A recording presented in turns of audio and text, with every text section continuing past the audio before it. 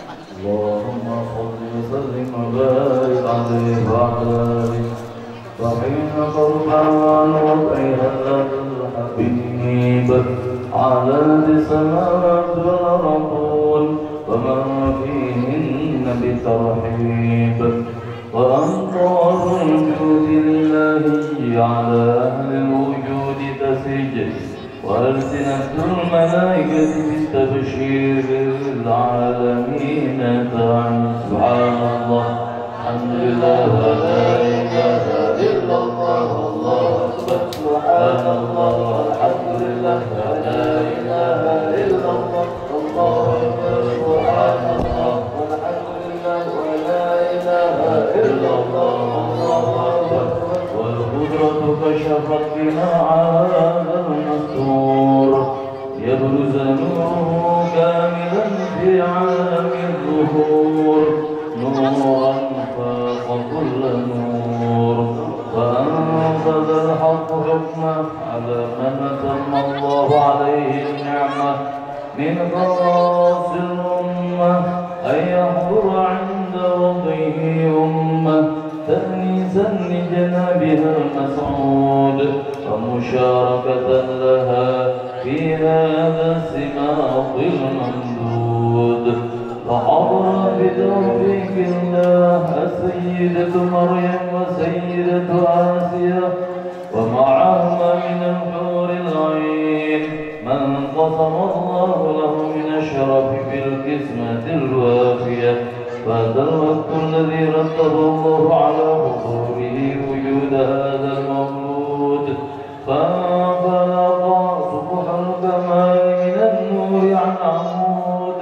أبرز الحامد المحمود مدعنا لله بالتعظيم والتكبير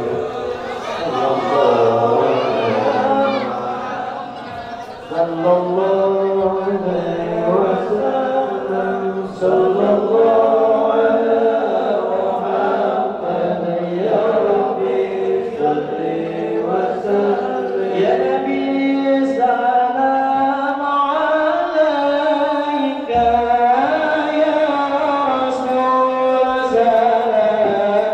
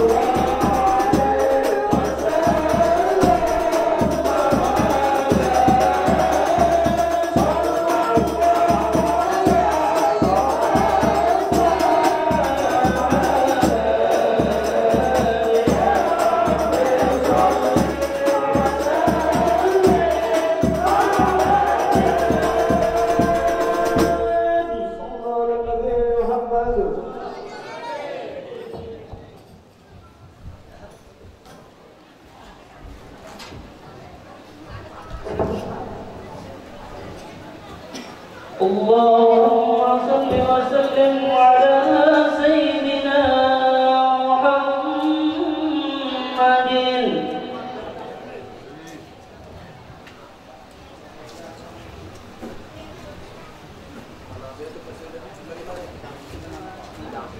ولقد انتصر صلى الله عليه وسلم للناس للخلاق بما تليق عن كذابته وقوم الأوراق كان صلى الله عليه وسلم أحسن الناس خلقا وخلقا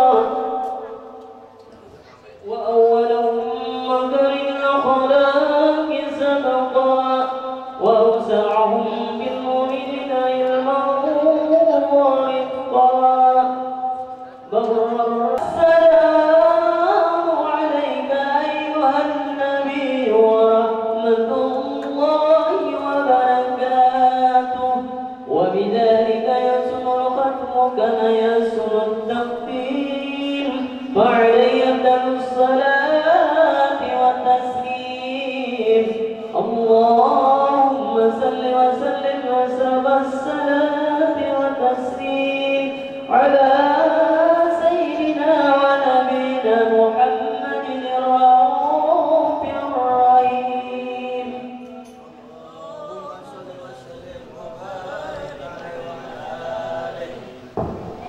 بسم الله الرحمن الرحيم الحمد لله رب العالمين اللهم صل وسلم على سيدنا محمد وعلى آل سيدنا محمد.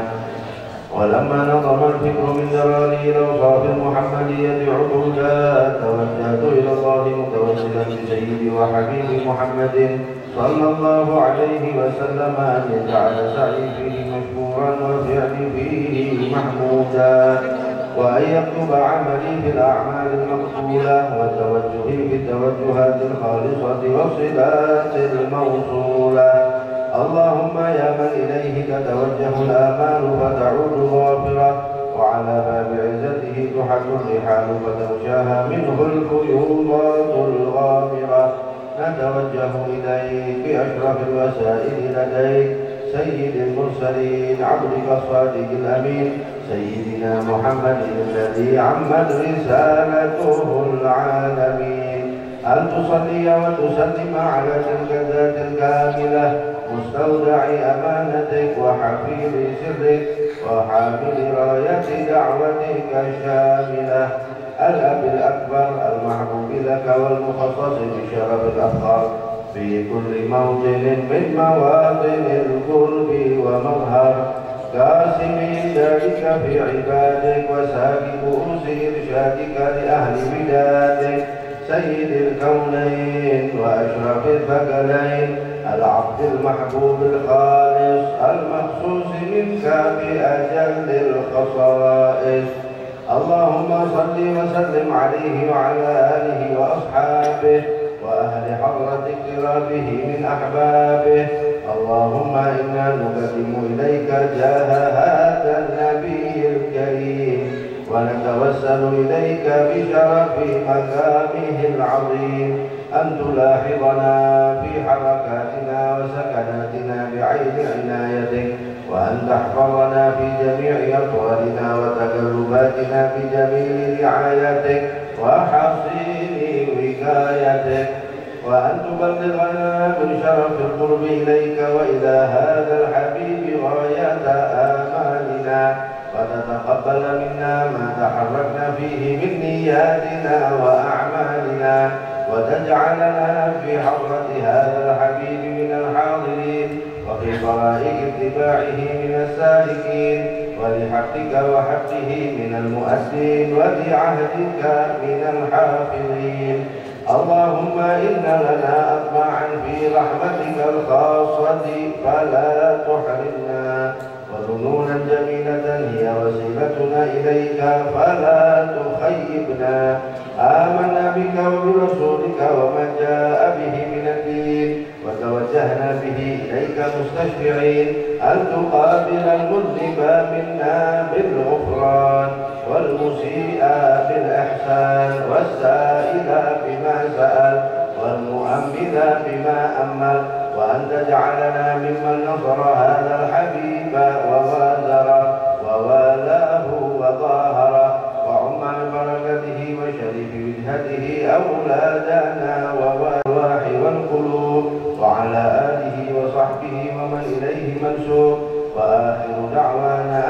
Alhamdulillahi Rabbil Alamin. Al-Fatihah.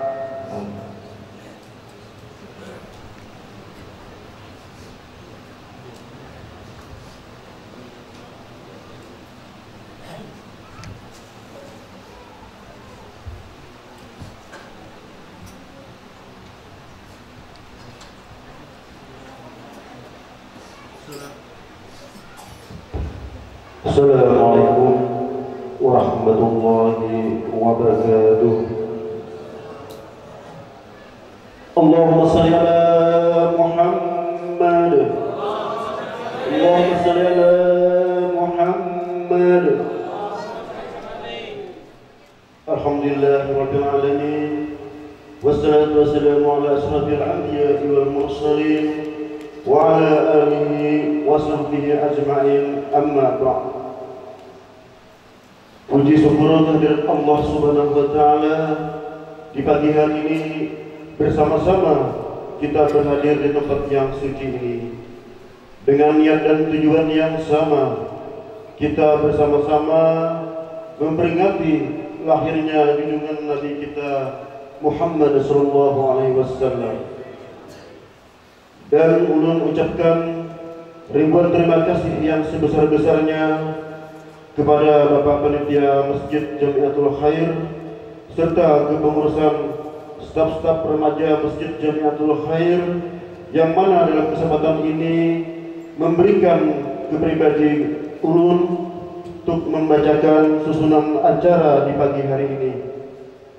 Sebelum ulun membacakan susunan acara ini, terlebih dulu ulun ucapkan mohon ampun dan maaf yang sedalam-dalamnya jika nantinya ada kata-kata ulun yang kurang berkenan maupun tidak sopan dan kejanggalan dalam susunan acara maupun nantinya kesalahan di dalam menyebut nama-nama, maka ulun insan yang biasa tempat salah dan hilaf, maka ulun ucapkan beribu-ribu ampun yang sedalam-dalamnya.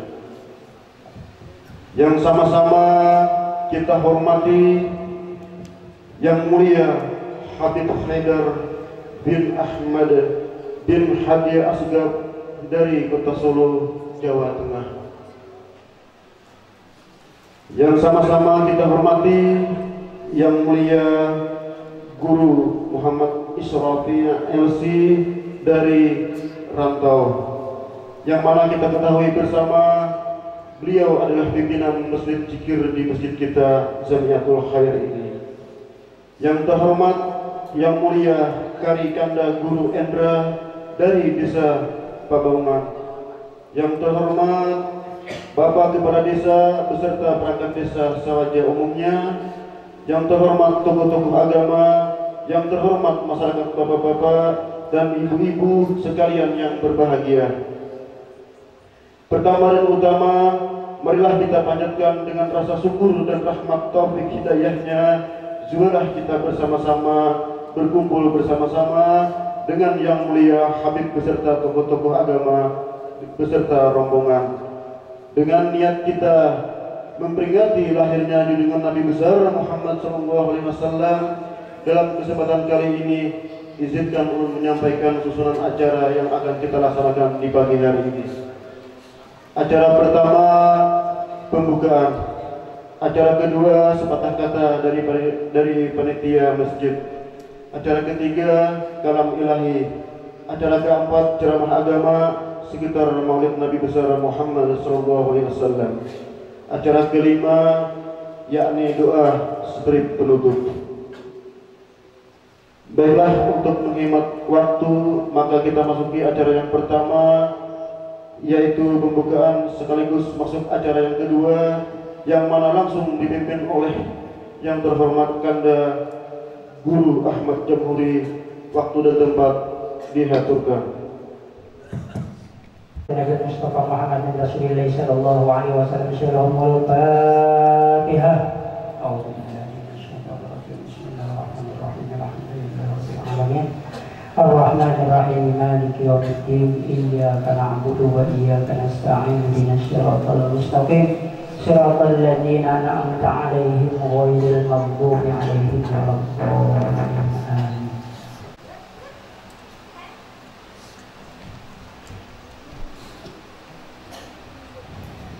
Terima kasih kepada bapak-bapak dan ibu-ibu yang telah membuka acara kita dengan Ummul Quran Surah Al-Fatihah. Semoga acara kita pada kesempatan kali ini berjalan dengan lancar dan penuh keridhaan Allah. Amin amin ya rabbal alamin. Untuk acara yang kedua, yakni kata sambutan, dipersilahkan kepada Panitia Masjid Jamiatul Khair. Waktu dan tempat diaturkan. Warahmatullahi ta'ala wabarakatuh. Bismillahirrahmanirrahim. Alhamdulillahirabbil alamin, wassalatu wassalamu ala asyrafil anbiya'i wal mursalin wa ala alihi wa ashabihi ajma'in, amma ba'du. Yang sama-sama kita muliakan kepada Anda Al-Habib Haidar, yang mana beliau jauh-jauh datang dari kota Solo. Terima kasih banyak, kami sangat menghormati hadiah kepada kami. Yang terhormat kepada Kanda Muhammad Isyrafik, beliau adalah guru kami di Desa Sawaja. Dan yang terhormat serta kami sayangi adalah pare kami, Guru Indra, yang kami datangkan langsung dari Desa Pebaungan. Nah, jadi Guru Indra ini adalah apa ngarannya kesayangan kami, Bib Karim kesayangan kami. Sebentar lagi kita akan mendengarkan suaranya merdunya bebas. Dalam kesempatan kali ini, ulun atas nama panitia pelaksana atau panitia masjid, pertama banyak-banyak mengucapkan ribuan terima kasih yang sebesar-besarnya, khususnya kepada Kanda Guru kami, Kanda Guru Isyrafik, yang mana beliau telah memfasilitasi kami sehingga kami dapat menghadirkan Kanda Habib yang dari Solo. Dari desa-desa lain sudah banyak bertanya lawan ulun, kenapa wajar ulunnya mendatangkan para hadaib. Oh, bukan ulun yang mendatangkan, itu adalah guru ulun gitu, Guru Isyrafik yang mendatangkan. Ulun ini maniping aja juga. Tapi alhamdulillah desa Sawaja, desa yang paling jauh, awal juga mendatangkan orang-orang yang kami cintai, yakni para habaib. Kemudian ucapan terima kasih yang kedua kami ucapkan kepada bapak-bapak, ibu-ibu, adik-adik kami sekalian, serta para relawan yang mana saling bahu-membahu, saling gotong royong, menyumbangkan tenaga, pikiran, harta, dan semua yang ada sehingga terlaksanalah acara kita pada kesempatan kali ini. Perlu ulun sampaikan kepada Kanda Habib, sebagaimana biasa apabila kami melaksanakan maulid atau Isra Mi'raj, masjid ini kami penuh. Sekarang kami bagi karena mengingat kondisi masjid kami kerendahan. Jadi kami persilahkan para jemaah, ada yang di luar silahkan. Jadi di dalam seadanya aja dia ulun, karena supaya suasana pada kepanasan. Ini pun ulun melihat kepanasan juga nah. Jadi mohon maafin lah, karena kami memang kami atur sedemikian rupa supaya suasananya lebih nyaman. Kemudian mungkin kata mohon maaf lagi dari ulun apabila andai kata dalam kesempatan kali ini kami menyambut hampian kada pada tempatnya atau kada sesuai dengan harapan pian, kami banyak minta halal, minta rida, karena inilah kemampuan kami. Mungkin ulun kada panjang lebar karena waktu sudah jam 10 lewat. Mungkin ulun sudahi sambutan ulun dan ucapan. Wassalamualaikum warahmatullahi wabarakatuh. Baiklah, kita masuki acara yang ketiga, yaitu acara kalam ilahi. Untuk kalam ilahi kali ini kami mintakan kepada yang mulia Saudara Kanda Guru Indra. Waktu dan tempat kami persilahkan.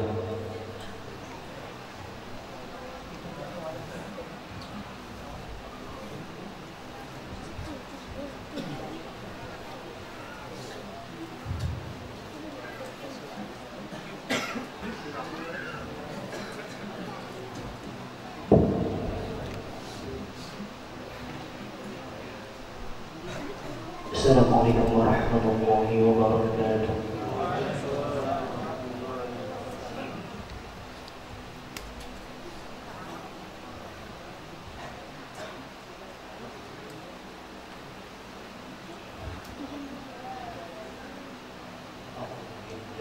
Minasyaitonir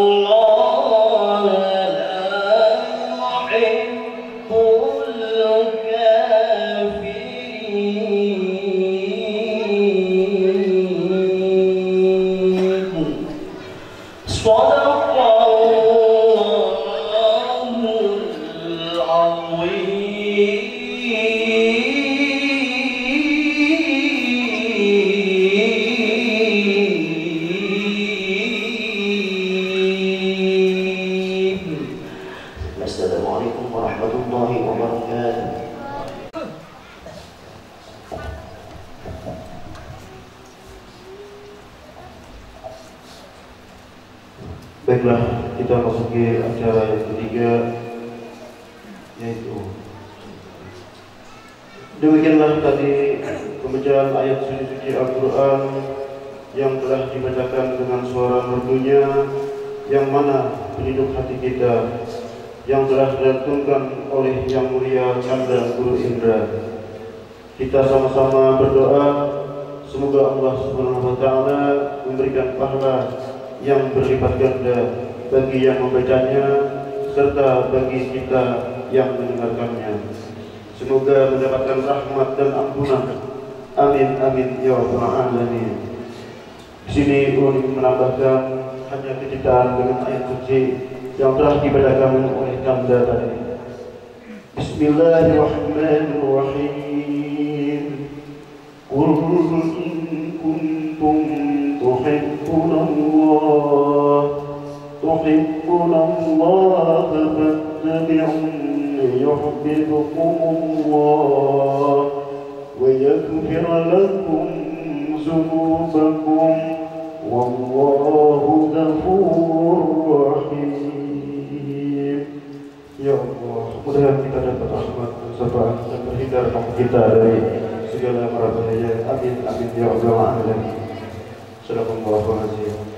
Marilah kita masuki acara yang keempat, yakni ceramah agama sekitar kelahiran maupun maulidnya Nabi besar Muhammad SAW yang akan disampaikan oleh Yang Mulia Habib Haidar bin Ahmad bin Hadi Asghar.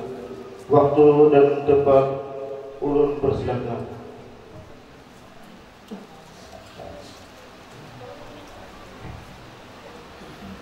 Bismillahirrahmanirrahim. Assalamualaikum warahmatullahi wabarakatuh. Alhamdulillahirabbil alamin wa bihi nasta'in ala umuri dunya waddin wassalatu wassalamu ala al-mab'uts rahmatan lil alamin sayyidina wa nabiyyina Muhammadin wa ala alihi wa sahbihi ajma'in.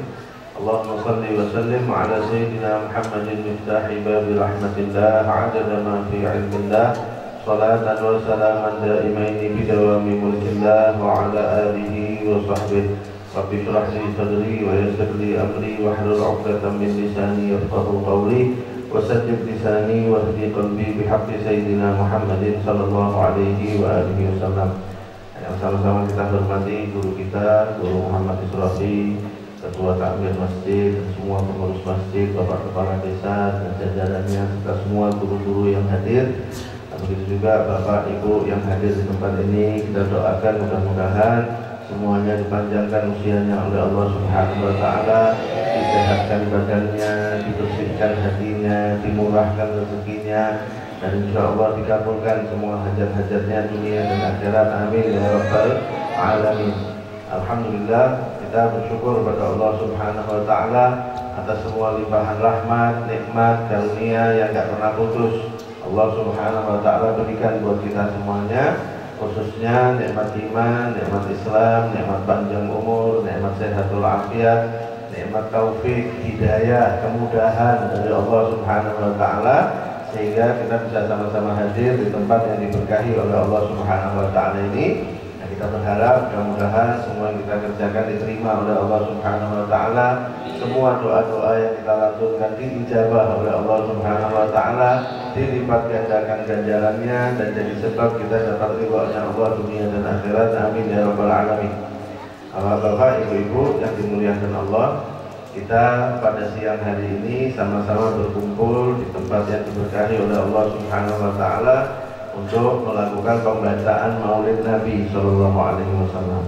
Yang mana Maulid Nabi Sallallahu Alaihi Wasallam itu isinya semuanya seputar Rasulullah, dari mulai penciptaannya, kemudian kelahirannya, diangkat jadi Nabi, Isra Mi'raj dan lain sebagainya, sampai yang terakhir di dalam kitab Maulid yang kita baca tadi ada akhlak-akhlaknya Rasulullah Sallallahu Alaihi Wasallam. Kita kalau dengar Rasulullah Sallallahu Alaihi Wasallam, jangan sampai kita menganggap Nabi itu sama kayak kita. Nah, baru dari kehamilan ibunya aja, Nabi sama kita itu udah berbeda. Ibu kita waktu hamil kita, semakin kita besar, bulan pertama, bulan kedua, bulan ketiga dan seterusnya, itu tambah berat perutnya. Dan ketika melahirkan, sakit melahirkannya. Tapi kalau Nabi enggak. Disebutkan, diriwayatkan oleh Sayyidah Aminah, ibunya Rasulullah. Jadi itu Sayyidah Aminah cerita, saya waktu hamil Nabi itu enggak ada rasa beratnya sama sekali, entengnya luar biasa, kayak saya itu enggak hamil. Nah, dalam riwayat yang lain ada yang bilang Sayyidah Aminah itu ketika hamil Nabi, pertamanya berat, makin besar perutnya makin ringan. Jadi kebalikannya kita. Kalau kita awalnya ringan, makin besar perutnya ibu kita makin berat. Nabi lain. Ketika Nabi lahir, diriwayatkan juga Nabi lahir dalam keadaan bersujud kepada Allah. Kita ada di sini yang lahirnya sujud. Kita jatuh itu bukan sujud. Kalau Nabi lahir langsung bersujud kepada Allah Subhanahu wa Ta'ala. Keluar cahaya sampai ibunya itu bisa melihat negeri Syam, yang mana dari tempatnya Nabi itu jauh. Perjalanannya jauh, tapi keluar cahaya bersamaan dengan lahirnya Nabi itu sampai ibunya bisa lihat tempat yang jauh sekali.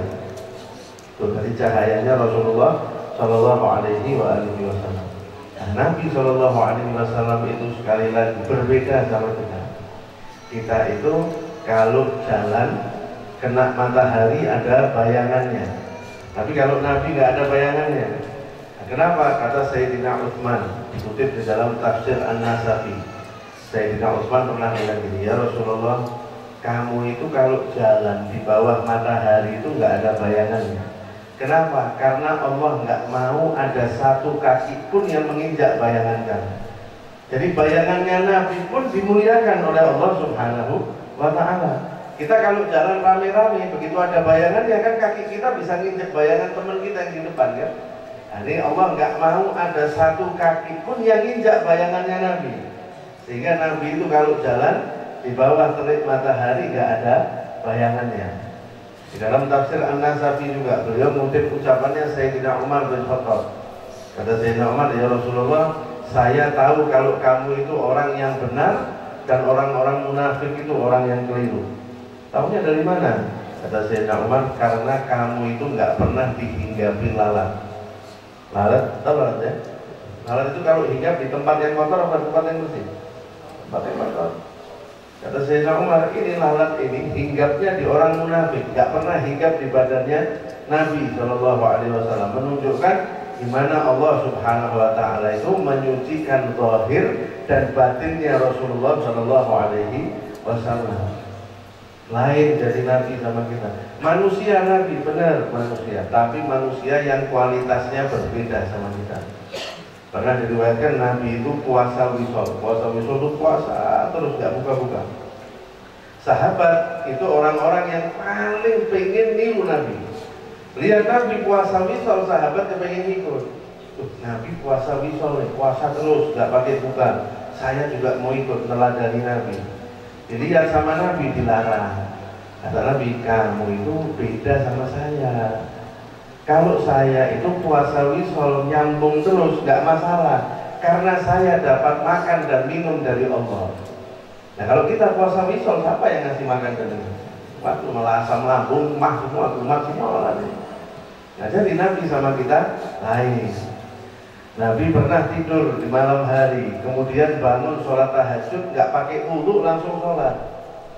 Ditegur sama istrinya, ya Rasulullah, kamu tadi tidur loh. Tidur itu kan membatalkan wudhu kan? Kok kamu langsung sholat? Kamu harusnya wudhu dulu. Kata Nabi, enggak. Saya itu walaupun matanya tidur, tapi hatinya nggak pernah tidur. Jadi nggak batal. Nabi kalau tidur wudhunya itu nggak batal. Kenapa? Matanya nggak yang tidur, tapi hatinya nggak tidur. Kalau kita matanya melek, hatinya tidak, itu bahkan tidur. Belum tidur, matanya masih melek, masih bangun, tapi hatinya yang udah tidur. Lain jadi antara kita sama Rasulullah Shallallahu Alaihi Wasallam. Tapi Allah Subhanahu Wa Taala berfirman di dalam Al-Quran, laqad ja'akum rasulun min anfusikum. Kata Allah, sungguh telah datang seorang rasul dari jenis kalian sendiri. Maksudnya dari jenis manusia. Kenapa? Supaya kita juga bisa meneladani Nabi Shallallahu Alaihi Wasallam. Bayangkan kalau rasul yang diutus sama Allah itu malaikat. Malaikat itu sifatnya nggak makan, nggak minum, nggak tidur. Terus kalau Rasul kita dari kalangan malaikat, gimana kirunya kita?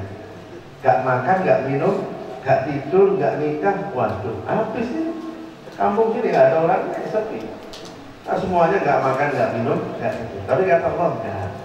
Allah Subhanahu Wa Taala kasih nikmat buat kita. Rasul kita itu diutus dari kalangan manusia, yang mana kita jadinya bisa meneladani, bisa mengikuti hal-hal yang dilakukan oleh Rasulullah SAW, kecuali hal-hal yang memang khusus untuk beliau. Nah, itu salah satu hikmahnya Allah. Makanya dalam ayat lain Allah bilang, laqad kana lakum fi rasulillahi uswatun hasanah. Sudah ada pada diri Nabi untuk kamu semuanya itu teladan yang terbaik. Jadi tugas kita sekarang, kita harus mengikuti Nabi. Sebagaimana tadi yang ayat yang dibacakan oleh Kori kita, dan diikuti juga oleh MC kita yang luar biasa ini tadi. Kata beliau, Allah berfirman, Qul in kuntum tuhibbunallaha fattabi'uni yuhibbukumullah.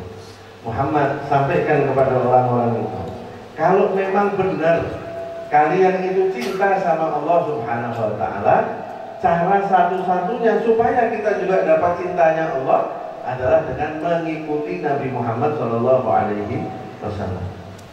Makanya kalau kita lihat Nabi itu ibadahnya nggak macam-macam. Kalau kita perhatikan para ulama itu ada yang sholatnya 100 rakaat, 200 rakaat, sekian ratus rakaat. Kita terawih 20 rakaat aja, ngeluhnya lebih banyak daripada terawihnya. Tapi Nabi itu sama Allah dibikin biasa. Ya sholat terawih gitu, sholat sunnahnya kalau witir ya 11, 13 rakaat dalam sebagian riwayat. Puasanya pun Senin Kamis dan lain sebagainya. Hal-hal yang ringan-ringan. Jadi kita umatnya ini gampang untuk mengikuti Nabi SAW, gampang untuk dapat cintanya Allah Subhanahu Wa Taala. Makanya kebangetannya. Apa kebangetan bahasanya? Terlalu, ya, terlalu.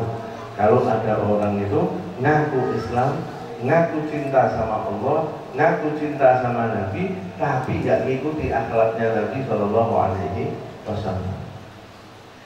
Kita itu kalau mau jatuh cinta sama orang, itu sebabnya bisa karena 3 hal.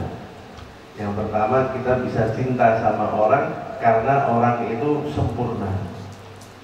Dan Nabi SAW itu makhluk yang paling sempurna yang diciptakan oleh Allah Subhanahu Wa Taala. Yang kedua, kita bisa cinta sama orang karena dia baik, karena dia indah, karena dia cantik, karena dia tampan, karena dia akhlaknya bagus. Itu juga bisa jadi sebab kita cinta sama orang. Nah sekarang, ada nggak orang lebih indah dari Nabi? Nggak ada. Nah kita berharap mudah-mudahan kita semuanya sama Allah dikasih rezeki untuk mimpi ketemu Nabi SAW, supaya kita bisa benar-benar lihat gimana sih indahnya Nabi SAW itu. Kalau kita baca Al-Quran kisahnya Nabi Yusuf, itu Siti Zulaikha ngumpulin teman-temannya yang perempuan, terus Nabi Yusuf disuruh lewat, masing-masing dikasih buah sama pisau, disuruh motong buahnya, lagi motong Nabi Yusuf disuruh lewat. Itu saking kagumnya dengan ketampanan Nabi Yusuf, nggak terasa bukan buahnya yang dipotong, tapi jari-jari tangannya. Dan itu nggak terasa sakit. Lalu setelah Nabi Yusuf lewat, kok tangan saya berdarah semua ini? Ternyata salah potong, harusnya potong buah yang dipotong tangan. Tapi nggak terasa. Kenapa? Indah lihat wajahnya Nabi Yusuf. Kata ulama, kita kalau benar-benar lihat keindahannya Nabi, kalau semua keindahannya Nabi dibuka oleh Allah Subhanahu Wa Taala, orang bisa-bisa ngiris jantungnya dia nggak terasa. Saking indahnya Rasulullah Shallallahu Alaihi Wasallam. Sebab yang ketiga, kita bisa cinta sama orang karena orang itu pernah berbuat baik sama kita. Sekarang kalau kita pikir-pikir, ada nggak orang yang lebih baik ke kita dibandingkan Nabi Shallallahu Alaihi Wasallam? Nabi itu udah mikirin kita, padahal kitanya belum ada. Dalam riwayat Nabi lagi duduk-duduk sama sahabatnya, terus Nabi bilang gini, saya kangen ya sama saudara-saudara saya. Kata sahabat, ya Rasulullah, Kita ini kan saudara kamu, ini kan kita. Kata Nabi, bukan. Kamu itu sahabat saya. Saudara saya itu orang-orang yang nanti datang setelah saya meninggal, beriman sama saya tapi nggak pernah ketemu saya. Itu saudara saya, katanya. Itu jadi kita udah dirindukan oleh Nabi SAW, padahal kitanya belum ada. Dan Nabi SAW, kalau kita baca sejarah hidupnya, gimana perjuangan dakwahnya Nabi supaya Islam dan iman itu sampai kepada kita hari ini. Mau dibunuh pernah, disakiti pernah, dicaci sering, dihina apalagi. Jadi semuanya dilewati sama Nabi. Nabi nggak menyerah untuk mendakwahkan agama ini. Tujuannya supaya kita semua sekarang yang ada di sini dapat hidayah dari Allah. Jadi nanti di akhirat selamat masuk surganya Allah Subhanahu wa Ta'ala. Orang secinta-cintanya orang sama kita mungkin belum tentu mau berkorban sampai kayak gini. Berkorban nyawa, berkorban harta, tenaga, pikiran, semuanya dikorbankan. Semua risiko diambil hanya untuk memikirkan gimana caranya hidayah Allah itu sampai kepada kita hari ini. Nanti di akhirat juga yang baik sama kita itu Nabi juga. Kita lihat hadis riwayat Bukhari. Ketika orang itu nanti dibangkitkan dari kubur, kemudian dikumpulkan di padang mahsyar. Dalam riwayat padang mahsyar itu panas, karena matahari itu jaraknya cuma 1 jengkal di atas kepala. Ini kita mataharinya jauh aja, panasnya kayak gini masih. Sehari-hari keluar panas kita, padahal mataharinya jauh. Nanti di padang mahsyar itu mataharinya cuma sejengkal, dekatnya luar biasa. Nanti ada orang yang tenggelam oleh keringatnya sendiri sampai semata kaki, selutut, seleher. Dan itu keadaan menakutkan dan tegangnya luar biasa. Mereka kepingin, ayo ini segera dihitung aja terus amalnya. Jangan kelamaan dijemur gini kita. Walaupun saya ujungnya masuk neraka, gak apa-apa deh, kata orang kafir. Karena ini dijemur kayak gini di padang mahsyar itu penyiksaan yang luar biasa juga. Kata orang kafir, ya Allah, arihna walau ilan nar. Ya Allah, kasih kami istirahat meskipun istirahatnya di neraka. Mereka nggak tahu neraka lebih jahat lagi daripada itu. Neraka lebih menyiksa lagi daripada itu. Tapi mereka udah nggak kuat. Akhirnya orang-orang itu pergi ke Nabi Adam. Nabi Adam, kamu kan bapaknya kita semua. Kamu kan manusia pertama yang kemudian menurunkan anak cucu ini sampai saya sekarang kan anak cucu kamu. Coba dong kamu berdoa sama Allah supaya kita nggak dijemur gini terus. Kata Nabi Adam, oh bukan saya yang bisa itu, cari orang lain. Coba ke Nabi Nuh, kata Nabi Adam.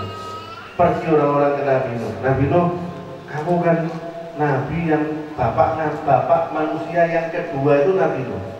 Kalau bapak manusia yang pertama itu Nabi Adam. Yang kedua, kata para ulama itu Nabi Nuh. Kenapa? Karena di zaman Nabi Nuh semua orang habis kena banjir, dimulai lagi dari orang-orang beriman yang dibawa oleh Nabi Nuh di dalam kapal.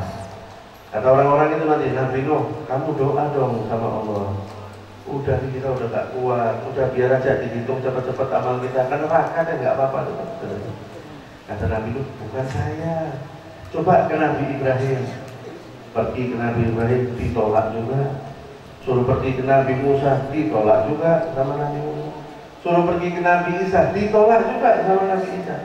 Terakhir kata Nabi Isa, coba ke Nabi Muhammad coba. Mereka akhirnya rame-rame pergi ke Nabi Muhammad SAW. Kata Nabi Muhammad, iya, saya yang doa sama Allah Subhanahu Wa Taala, saya yang minta supaya kalian semua nggak lama-lama dijemur. Akhirnya Nabi sujud, berdoa, minta sama Allah Subhanahu Wa Taala dan dikabulkan. Itu namanya syafaatnya Nabi Shallallahu Alaihi Wasallam. Belum lagi Nabi bilang sama kita, pernah ditanya Nabi sama Sayyidina Anas bin Malik, ya Rasulullah, saya kalau di akhirat bingung nanti nyari kamu di mana? Waktu di akhirat ini kan menegangkan nih. Saya kan di sini biasa pegangannya kan sama kamu. Nanti di akhirat saya kalau mau cari kamu, pas saya kebingungan itu di mana? Kata Sayyidina Anas. Kata Nabi, kamu cari di mizan. Ketika timbangan amal itu ditimbang, kamu cari saya di sini. Kalau nggak ada ya Rasulullah, kamu cari saya di sirat, jembatan untuk orang itu berjalan menuju surganya Allah atau na'udzubillah jatuh di dalam nerakanya Allah Subhanahu wa ta'ala. Kamu cari saya di situ. Kalau nggak ketemu ya Rasulullah, kamu cari saya di telaga Haud. Karena saya di situ juga nunggu ngasih minum orang-orang beriman yang selamat mau masuk surganya Allah. Sebelum masuk saya suguhi minuman dulu dari telaga saya. Lihat, Nabi nggak bilang ketemu saya di surga. Loh, kalau ketemu di surga siapa yang nolongi kita? Tapi Nabi bilang cari saya ketika timbangan kamu lagi, amal kamu lagi ditimbang. Kenapa? Itu saat-saat yang juga menegangkan. Karena kata Allah kalau timbangan kebaikannya berat, selamat masuk dalam surganya Allah.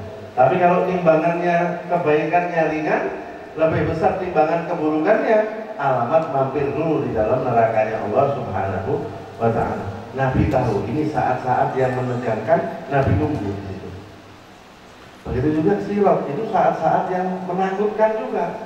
Karena pilihannya dua, orang itu bisa lewat masuk sampai surganya Allah, atau kepleset di tengah jalan terjebur ke dalam nerakanya Allah. Nabi di situ juga nunggu kita. Jadi Nabi menyeleksi ini, mudah-mudahan umat saya ini semuanya harus bisa lewat. Nanti kalau semua udah masuk surga, semua udah masuk neraka, Nabi belum istirahat itu. Nabi ngecek lagi ke dalam neraka, masih ada nggak umat saya yang mampir-mampir di neraka ini? Soalnya ada orang-orang Islam yang nanti pakai piknik dulu di dalam neraka, mampir dulu, tapi piknik di neraka itu ya nggak enak juga ya. Mampir dulu ada. Itu nanti sama Nabi didatangi dicari, masih ada nggak? Kalau ada, dikeluarkan dengan syafaatnya Rasulullah SAW untuk dimasukkan ke dalam surganya Allah Subhanahu wa ta'ala. Jadi Nabi itu kebaikannya sama kita nggak cuma di dunia. Nanti di akhirat, kata Allah dalam Al-Quran, suami lari dari istrinya, anak lari dari orang tuanya, sahabat lari dari sahabatnya. Yang baik sama kita di akhirat, yang nolong kita di akhirat itu juga cuma Rasulullah Shallallahu Alaihi Wasallam. Berarti semua tiga hal yang menjadikan kita bisa cinta sama orang itu semuanya ada pada dirinya Nabi. Kesempurnaan ada, keindahan ada, jasa dan kebaikan juga ada. Berarti kita ini udah nggak punya alasan lagi untuk nggak cinta sama Nabi. Sekarang gimana caranya menumbuhkan cinta sama Nabi? Kita sekarang kumpul, sholawat sama Nabi, membaca sejarahnya Nabi Shallallahu Alaihi Wasallam, mendengarkan akhlak-akhlaknya Nabi. Itu cara untuk menumbuhkan kecintaan kita kepada Rasulullah Shallallahu Alaihi Wasallam. Dan orang kalau udah punya cinta sama Nabi, kabar gembira dia bakal masuk surga bareng Nabi. Karena Sayyidina Anas bin Malik pernah meriwayatkan ada orang datang kepada Rasulullah. Terus tanya, ya Rasulullah, saya cinta sama seseorang, tapi saya nggak bisa beramal kayak amal solehnya dia. Kata Nabi, almar'u ma'aman ahab. Yang lain, anta ma'aman ahbabta. Kamu akan bersama orang yang kamu cintai. Kata Sayyidina Anas, waduh itu hadis paling bikin saya senang. Kenapa? Karena di muka bumi ini nggak ada orang paling saya cintai melebihi Nabi Muhammad SAW. Berarti saya sudah dapat kabar gembira bahwa nanti di akhirat saya juga bakal berkumpul sama Nabi. Karena kata Nabi, orang akan kumpul dengan orang yang dia cintai. Makanya kita harus hati-hati, pilih-pilih siapa yang kita cintai, siapa yang kita idolakan, siapa yang diidolakan sama anak-anak kita, keluarga kita. Itu harus kita evaluasi mulai dari sekarang. Harus kita periksa, harus kita perbaiki. Kenapa? Itu nggak cuma punya pengaruh di dunia. Orang yang kita idolakan itu juga akan punya pengaruh untuk kita di akhirat. Karena kata dalam sebagian riwayat, orang itu meskipun ibadahnya banyak, tapi kalau dia cintanya sama Fir'aun, ya nanti kumpulnya juga sama Fir'aun. Reuni di neraka nanti sama Fir'aun. Tidak ada Fir'aun di surga tuan. Fir'aun itu tempatnya di neraka. Kalau kita pengen masuk surga bareng Nabi, pengen masuk surga bareng sahabat Nabi, keluarganya Nabi, pengen masuk surga bareng guru-guru kita, ya dari sekarang tanamkan kecintaan itu di dalam hati kita. Tanamkan kecintaan itu di dalam hati keluarga kita, anak-anak kita. Sehingga nanti kalau anak-anak kita itu udah punya cinta sama Nabi, kemana aja dia kita lepas kita tenang.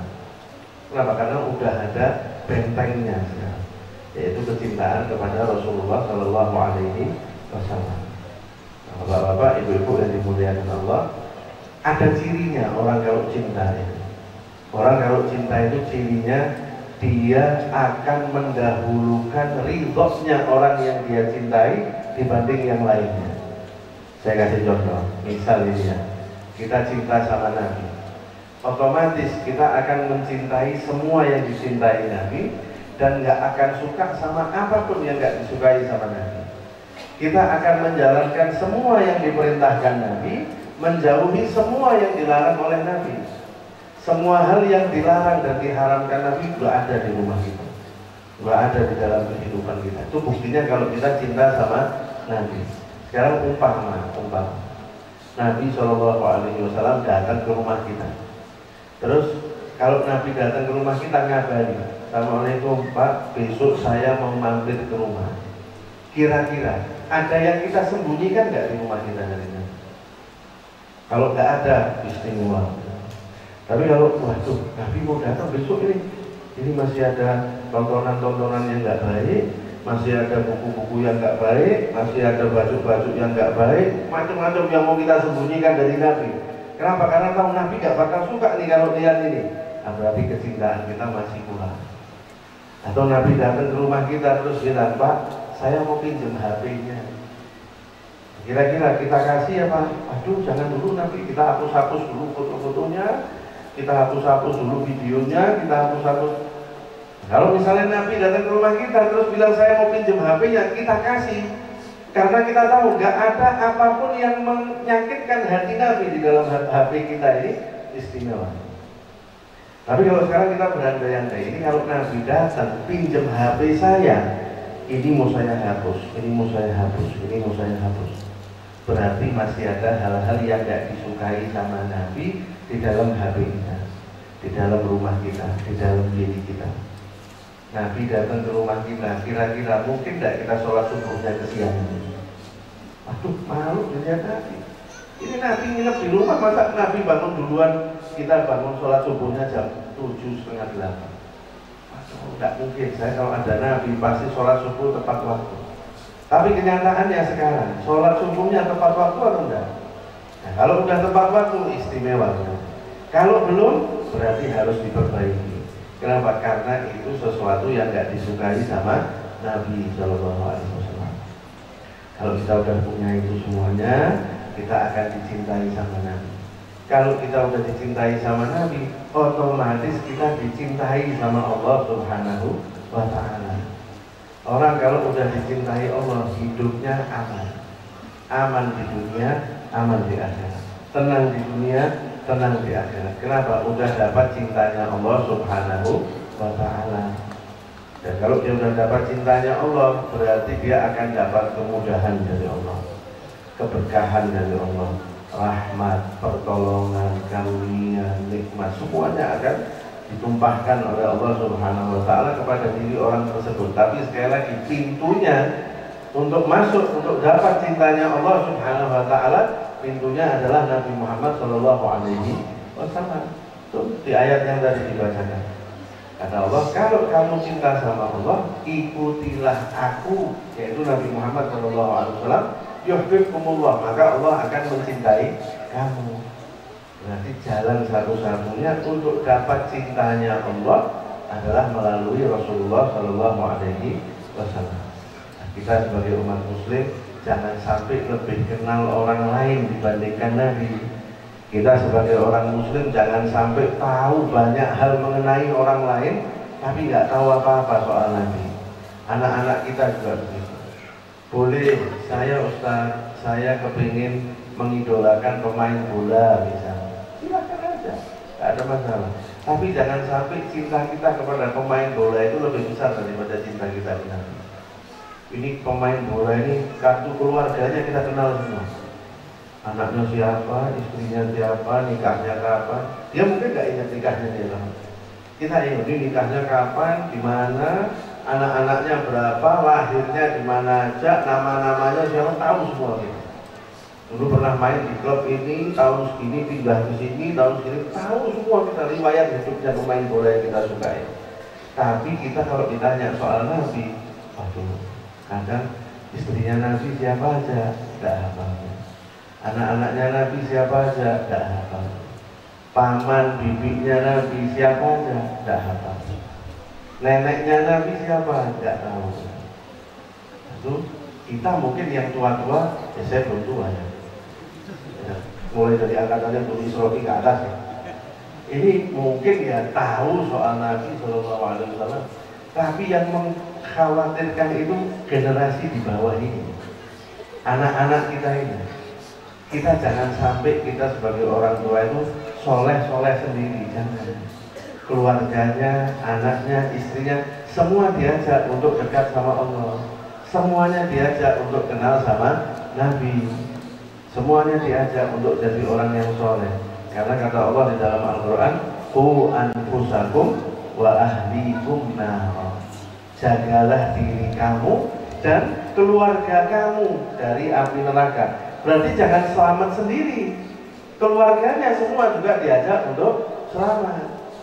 Kita kenal sama Nabi, jangan kita sendiri yang kenal. Keluarganya semua diajak untuk kenal sama Nabi. Diajari, kan ada buku-buku seputar Nabi yang tipis-tipis, yang ringan-ringan. Yang penting ada pengenalan soal Nabi, lahirnya di mana, kapan, peristiwa-peristiwa apa yang terjadi sekitaran kelahirannya Rasulullah SAW, anak-anaknya dan lain sebagainya. Baru setelah itu nanti belajar akhlaknya Nabi itu bagaimana, cara makannya gimana, cara tidurnya gimana, tawaduknya bagaimana, sabarnya bagaimana, semangat dakwahnya bagaimana. Itu dipelajari semuanya. Nanti lama-lama insya Allah tumbuh kecintaan dalam hati kita, tumbuh kecintaan di dalam hati anak-anak, istri dan keluarga kita. Ya, itu PR besarnya.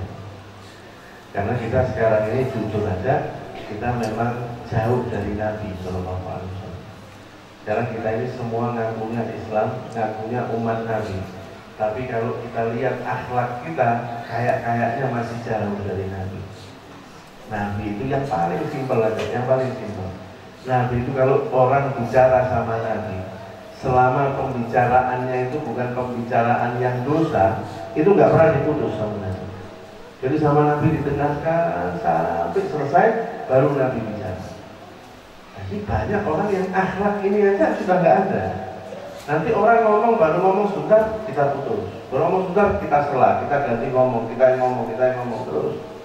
Padahal Nabi nggak pernah begitu. Kalau kita baru lihat dari yang kecil itu aja, wah, kayaknya udah mulai luntur juga akhlak yang kayak gitu dari diri kita. Nabi SAW itu orangnya rendah hati. Jadi umpamanya datang ke perkumpulan seperti ini, itu kalau Nabi datangnya terlambat, terus perkumpulannya udah penuh, Nabi duduknya di belakang gitu. Kenapa? Ya udah, namanya terlambat, adanya tempat kosong di sana, duduk di sana. Nabi ini padahal. Dalam riwayat yang lain, Nabi itu nggak pernah menyelonjorkan kaki kalau lagi duduk sama sahabatnya. Nabi nggak pernah selonjor. Kenapa? Khawatir bikin orang-orang di sekitarnya sempit duduknya. Padahal kalau Nabi mau selonjor, kira-kira sahabat ada yang larang atau enggak? Nggak bakal ada. Dengan senang hati Nabi disuruh selonjor, mau suruh tiduran nggak apa-apa mungkin teman-teman. Tapi akhlaknya Nabi enggak, nanti kalau saya selonjor bikin sempit orang yang lain. Itu ketawaduannya Rasulullah SAW. Ketika Sayyidina Umar mau umroh, Nabi pernah bilang sama Sayyidina Umar, Umar, jangan lupa doakan saudara kamu ini ya. Nabi ngomong sama Sayyidina Umar, Umar, jangan lupa doakan saudara kamu ini ya, katanya. Sayyidina Umar dibilang gitu, nangis Pak. Saya suruh mendoakan Nabi SAW. Dan Nabinya nggak terus, saya Nabi nggak butuh doa. Enggak.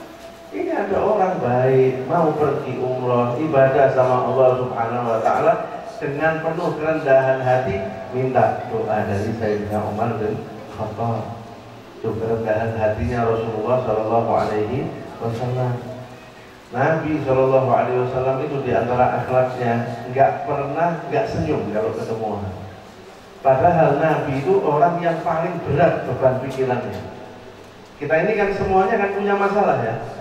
Tidak usah dijawab juga sudah kelihatan. Ini memang kita ini punya masalah semua, sudah kelihatan semua. Tapi nggak ada masalah yang lebih besar dari masalahnya Nabi. Kita ini semuanya punya beban pikiran, tapi nggak ada yang pikirannya lebih berat daripada pikirannya Rasulullah Shallallahu Alaihi Wasallam. Tapi kata sahabat, seberat-beratnya masalahnya Nabi kalau ketemu orang pasti tetap tersenyum. Ini kita kadang yang bikin kita marah siapa, pelampiasannya ke siapa. Mungkin masalahnya di kerjaan, pulang ke rumah ketemu anak istrinya, dimarahi juga anak istrinya. Padahal nggak salah itu. Tapi Nabi masalahnya sama siapapun, ketemu siapapun tetap dia tersenyum. Nah ini juga kita koreksi lagi, ada nggak ya akhlak ini di dalam diri saya? Jadi momen maulid seperti ini adalah momen untuk kita periksa diri kita. Sudah semirip apa sih akhlak kita sama akhlaknya Rasulullah Shallallahu Alaihi Wasallam? Karena kata Nabi di dalam hadis, nanti yang paling dekat dengan saya di hari kiamat, maksudnya di dalam surganya Allah Subhanahu Wa Taala, itu yang akhlaknya paling bagus di antaranya. Kita sering dengar riwayat yang lain, versi riwayat yang lain, yang paling dekat dengan saya di hari kiamat adalah yang paling banyak sholawatnya. Betul, itu juga. Tapi jangan lupa, ada riwayat yang lain yang mengatakan yang paling dekat dengan Nabi adalah yang paling bagus akhlaknya. Siapa orang yang paling bagus akhlaknya? Ya orang yang akhlaknya mirip sama Nabi. Karena kata Allah, wa innaka la'ala khuluqin azim. Muhammad, akhlak kamu itu akhlak yang paling istimewa.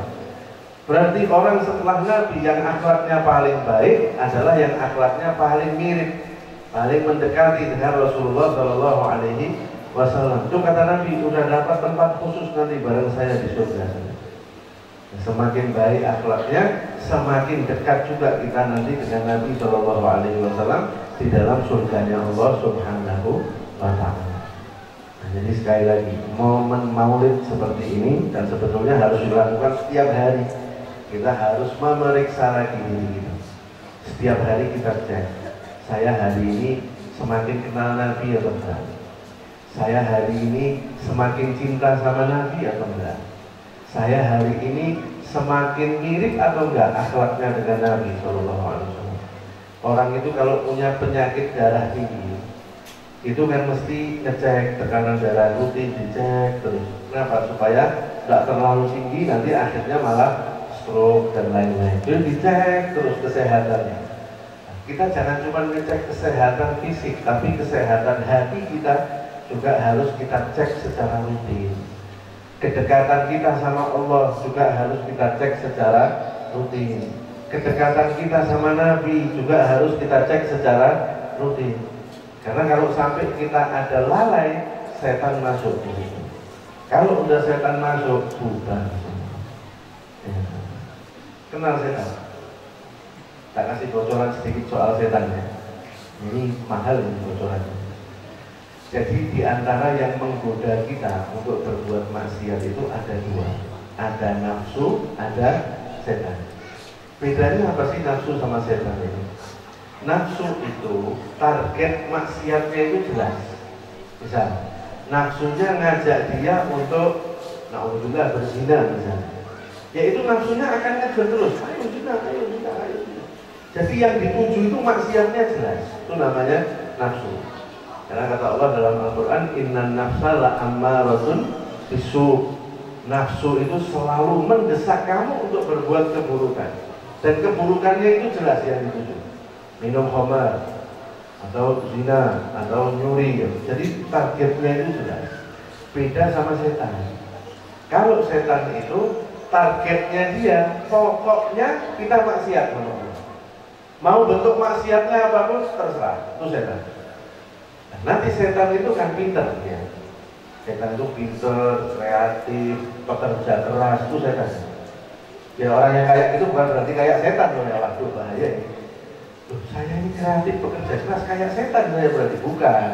Maksudnya dalam menggoda manusia, setan itu pantang menyerah. Dan semua cara dia pakai. Misal, kadang setan ngajak kita maksiat terang-terangan. Ayo kamu nggak usah sholat. Ayo kamu nggak usah zakat. Nanti masuk bulan Ramadan, ayo kamu nggak usah puasa Ramadan. Kadang ngajaknya terang-terangan begitu. Tapi kadang sama setan, keburukannya itu dibungkus dengan kebaikan. Misal, kita tidur di malam hari, jam 3 pagi dibangun sama setan. Ayo tahajud dulu. Kan kayak baik setannya ya. Ayo tahajud dulu, kata setan. Bangun kita, masuk kamar mandi, wudu, sholat, baca Quran sampai subuh. Pas subuh pergi ke masjid, kelihatan orang-orang mukanya baru bangun tidur semua. Nah, sama setan mulai ditiup dalam hati. Memang cuma saya yang soleh di sini. Cuma saya yang tahajud. Lihat mukanya baru bangun tidur semua. Gak ada yang tahajud berarti. Nah, itu setan mau ngajak kita sombong, tapi bungkusnya dibungkus yang baik sama setan. Nah, ini kan lebih bahaya ini. Kenapa? Karena lebih susah dideteksi. Ada lagi nanti caranya setan goda kita itu gini. Kita diajak melakukan kebaikan supaya kita meninggalkan sesuatu yang jauh lebih baik.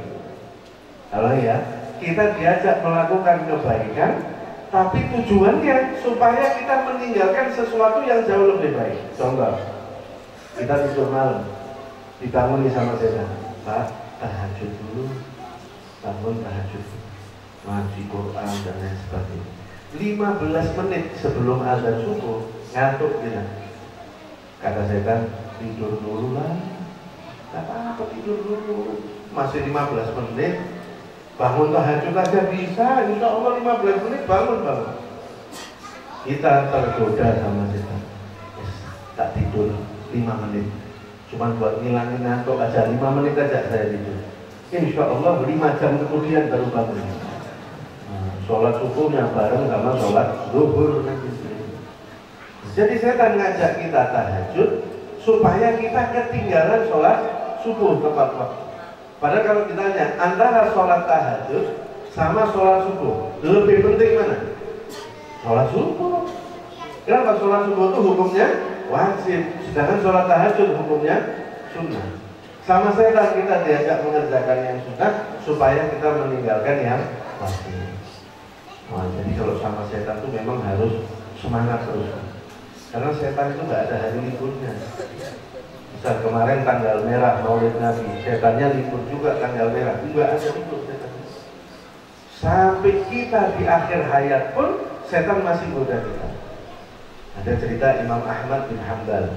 Imam Ahmad bin Hanbal ini imam besar, muridnya Imam Syafi'i. Beliau ketika lagi mau meninggal, lagi sakaratul maut, dituntun sama muridnya, la ilaha illallah, la ilaha illallah. Jawabannya Imam Ahmad, enggak. Bingung muridnya, ya Allah, ini guru saya, orang baik, dituntun la ilaha illallah. Jawabannya, enggak. Susul Fatimah ini kata muridnya. Tiba-tiba Imam Ahmad bin Hanbal terus sadar, lihat muridnya semua sumpah. Ditanya, kamu kenapa kok sedih semua? Tadi saya nuntut kamu Imam, saya ajak kamu ngomong la ilaha illallah, jawaban kamu enggak. Kata Imam Ahmad, oh saya bukan jawab kamu, saya jawab iblis tadi. Iblis itu berdiri di ujung kasur saya ini, terus iblis bilang gini, hebat kamu Ahmad bin Hanbal, selamat kamu dari godaan saya. Wah, kamu benar-benar soleh, kamu benar-benar udah terbebas dari godaan saya, gak kemakan sama godaan saya sama sekali. Kata Imam Ahmad, enggak, jawab setan itu. Maksudnya Imam Ahmad, enggak, ini kamu ngomong gitu tujuannya mau menanamkan bangga diri di dalam hati saya sesaat sebelum saya meninggal dunia. Kalau Imam Ahmad, enggak, belum selamat saya dari kamu. Kalau saya belum mati, Rasulullah Fatimah, belum selamat saya dari kamu. Jadi sampai detik terakhir dalam kehidupan kita, setan masih akan terus mencoba menggoda kita, menjadikan kita maksiat sama Allah Subhanahu wa ta'ala. Maka kata Allah dalam Al-Quran, sesungguhnya setan itu musuh untuk kamu, maka perlakukan dia seperti musuh. Kita kalau ada musuh kita, Itu kita kira-kira jalan-jalan berdua sama musuh kita, nginep satu kamar berdua, atau kita curigaan kalau sama musuh itu? Curigaan. Musuh kita tiba-tiba ngirimi makanan, ini kita hancur jangan-jangan. Kita curigaan ya. Nah, sama setan itu gitu. Setan kok kayaknya setan lagi baik sama saya nih. Hati-hati, pasti ada misi di belakangnya. Entah kita mau disuruh sombong, entah kita mau diajak ujub, entah kita mau diajak maksiat dan lain sebagainya. Jadi perlakukan setan itu sebagai musuh dan jangan pernah kendor semangatnya dalam melawan godaan setan.